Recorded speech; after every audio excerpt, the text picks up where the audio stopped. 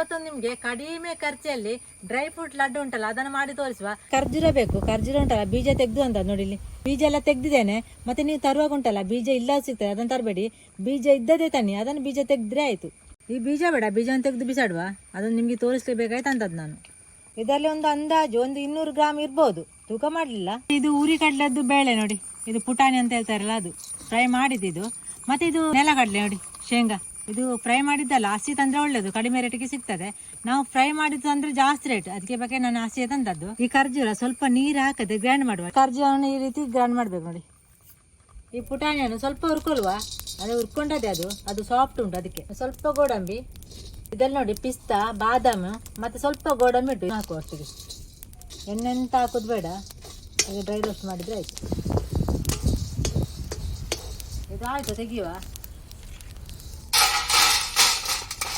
ಸ್ವಲ್ಪ ಎಳ್ಳು ಬೇಕು, ಬಿಳಿ ಎಳ್ಳು ಅಂತ ತಗೊಂಡದ್ದು ನಾನು. ಇದು ಕೂಡ ಫ್ರೈ ಆಯಿತು, ತೆಗಿಯುವ. ಇದು ಹಸಿ ನೆಲಗಡಲೆ, ಶೇಂಗಾ ಬೀಜ. ಹಸಿ ತಂಡ ನಿಮಗೆ ಒಳ್ಳೆಯದು, ಯಾಕೆಂದರೆ ಕಡಿಮೆ ರೇಟಿಗೆ ಸಿಗ್ತದೆ. ಸ್ವಲ್ಪ ಉಪ್ಪು ಕೂಡ ಹಾಕುವ, ಇಲ್ಲದ ಉಂಟಲ್ಲ ಬೇಗ ಕಪ್ಪು ಹೋಗ್ತದೆ, ಅದಕ್ಕೆ ಬೇಕಾಗಿ ಸ್ವಲ್ಪ ಉಪ್ಪು ಹಾಕಿ ಫ್ರೈ ಮಾಡುವ. ಇದನ್ನುಂಟಲ್ಲ ಕಡಿಮೆ ಉರಿಯಲ್ಲಿ ಇಟ್ಟು ಫ್ರೈ ಮಾಡುವ. ಚಂದ ಮಾಡಿ ಫ್ರೈ ಆಯಿತು, ಸಾಕಿದ್ದು ತೆಗಿಯುವ.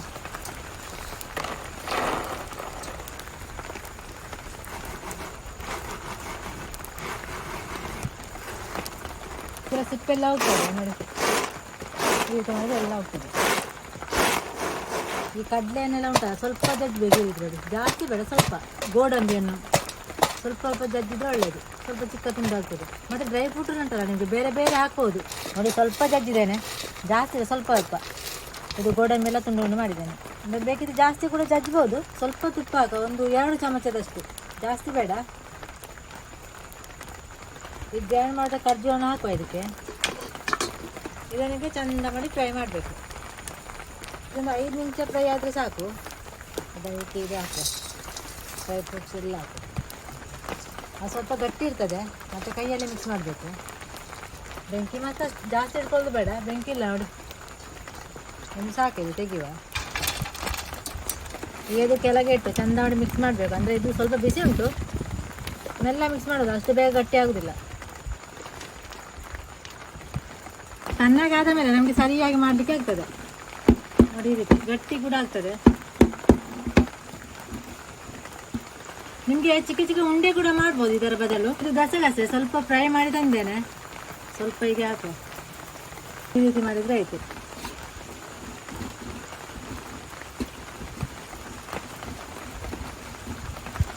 ಎಲ್ಲ ಕಡೆ ಸ್ಪ್ರೆಡ್ ಆದರೆ ಆಯಿತು. ಇದು ಇಲ್ಲದೆ ಕೂಡ ಆಗ್ತದೆ ಗಸಗಸೆ ಎಲ್ಲ ಹಾಕಿ ಚಂದ ಕಾಣ್ತದೆ ನೋಡಿ ಕೂಡ ನೋಡಿ, ಈ ರೀತಿ ಉಂಟು. ಸ್ವಲ್ಪ ತಣ್ಣಗಾದ ಮೇಲೆ ಗಟ್ಟಿ ಆಗ್ತದೆ. ನಾನೊಂದು ಬಾಳೆ ಎಲೆ ಅಂತ ತಗೊಂಡಿದ್ದೇನೆ, ಸ್ವಲ್ಪ ಗಟ್ಟಿಯಾಗಿ ಸುತ್ತಿಡುವ. ನಿಮಗೆ ಪ್ಲಾಸ್ಟಿಕ್ ಮತ್ತು ಬಟರ್ ಪೇಪರ್ ಸಿಗ್ತದೆ, ಅದು ಕೂಡ ಆಗ್ತದೆ. ಸುತ್ತಿ ತಣ್ಣಗಾಗಲಿಕ್ಕೆ ಇಡುವ. ಮತ್ತು ಫ್ರಿಜ್ಜಲ್ಲಿ ಕೂಡ ಇಡ್ಬೋದು, ನಾನು ಸ್ವಲ್ಪ ಹೊತ್ತು ಫ್ರಿಜ್ಜಲ್ಲಿ ಇಡ್ತೇನೆ, ಅದು ಗಟ್ಟಿ ಆಗ್ತದೆ ನೋಡಿ.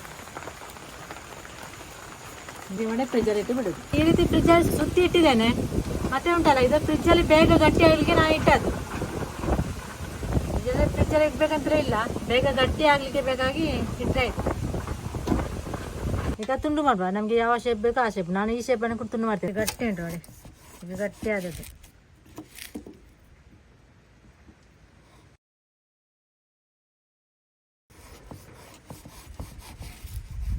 ನೋಡಿ, ಈ ರೀತಿ ಉಂಟು, ಚಂದ ಕಾಣ್ತೇನೆ ನೋಡಿ ನೋಡಲಿಕ್ಕೆ. ಮತ್ತು ಇದಕ್ಕೆ ಉಂಟಲ್ಲ ಸ್ವೀಟ್ ಹಾಕೋದು ಬೇಡ, ಇದೇ ಸಾಕು. ಸ್ವೀಟ್ ಸಕ್ಕರೆ ಆಗಲಿ ಬೆಲ್ಲ ಆಗಲಿ ಎಂತ ಕೂಡ ಹಾಕೋದು ಬೇಡ.